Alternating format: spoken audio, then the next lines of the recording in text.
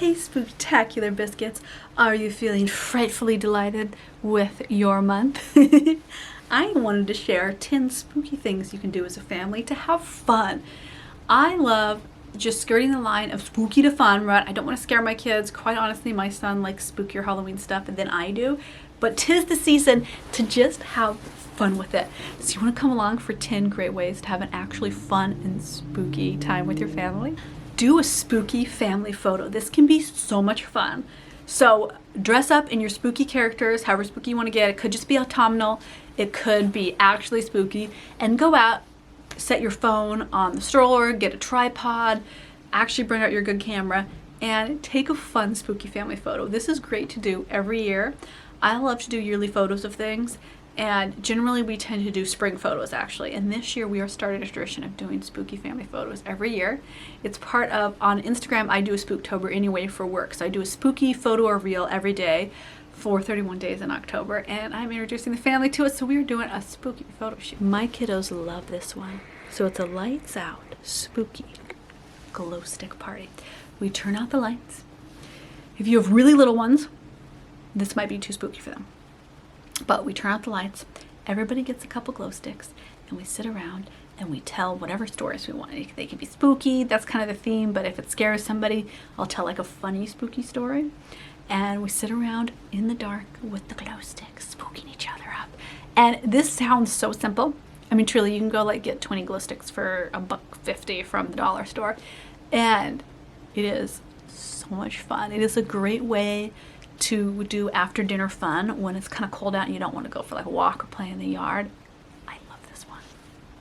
So whether you are a baking queen and you are ready to bake, or you just want to buy the supplies from the grocery store, do a Spooktober cupcake decorate off. I love this. My 9-year-old is super into Is It Cake and nailed it in all of these baking shows on Netflix. So he loves this. My 2.5-year-old can totally have fun just kind of poking the cupcakes, eating all the icing. This is so much fun.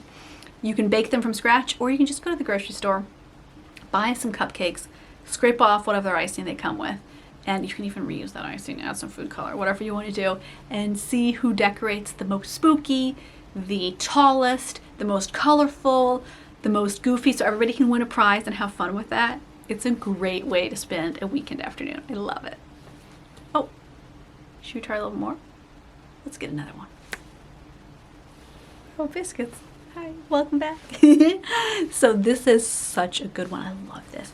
You can go on a ghost walking tour. Now, a lot of towns have ghost tour guides, and you can do that, but sometimes it's not kid friendly, or it's too much walking, or the stories are just too scary. So I like to do a ghost walking tour where I narrate. You can make up the stories entirely if you want, or you can just research the history of your area. A lot of towns are haunted. It's so much fun.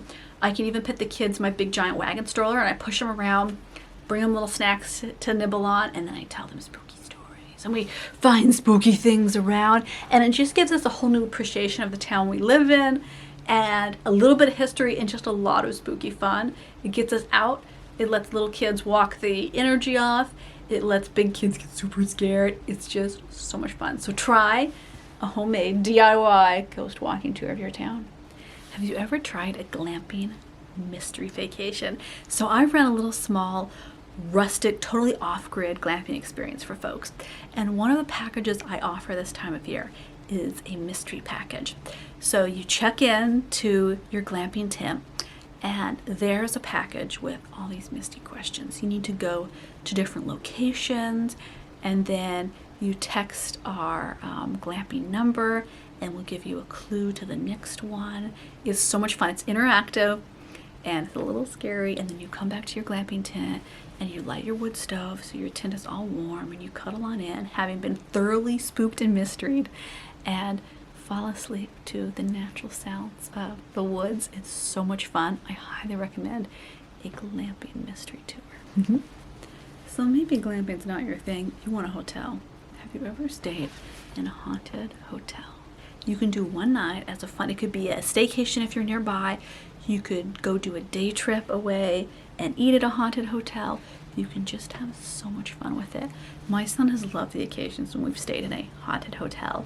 It just makes his autumn. Like, he'll talk about it years later. It is such a fun thing, and it's something that, you know, everybody can camp out in the same room. You can get a little rollaway bed. You can all just snuggle into a giant king bed at the haunted hotel if they'll let you all check into one room and just scare the crud out of each other. It's so much fun. I highly recommend it. So if you're hot cocoa fiends, such as my family, we love to do seasonal hot cocoa throughout the fall and winter. And this time of year, what I do is I do spooky ghost whipped cream hot cocoa. So on top, I'll do the spooky shape of a ghost in whipped cream, and then I might give it 2 little candy eyes. And you can even add a little bit of strawberry jam to add a little spooky blood. And it just makes it so much fun. You can add in fiber to their hot cocoa. You can add in a little bit of powdered like green veg. You can add in vitamins, and they won't even notice because they're having so much fun with their spooky ghost hot cocoa. It is a continual hit. So you might have grandparents like my kiddos do that live states away, and so really we FaceTime a lot with them. And a nice way to connect this time of year is to have grandparents come on and tell the kids spooky stories.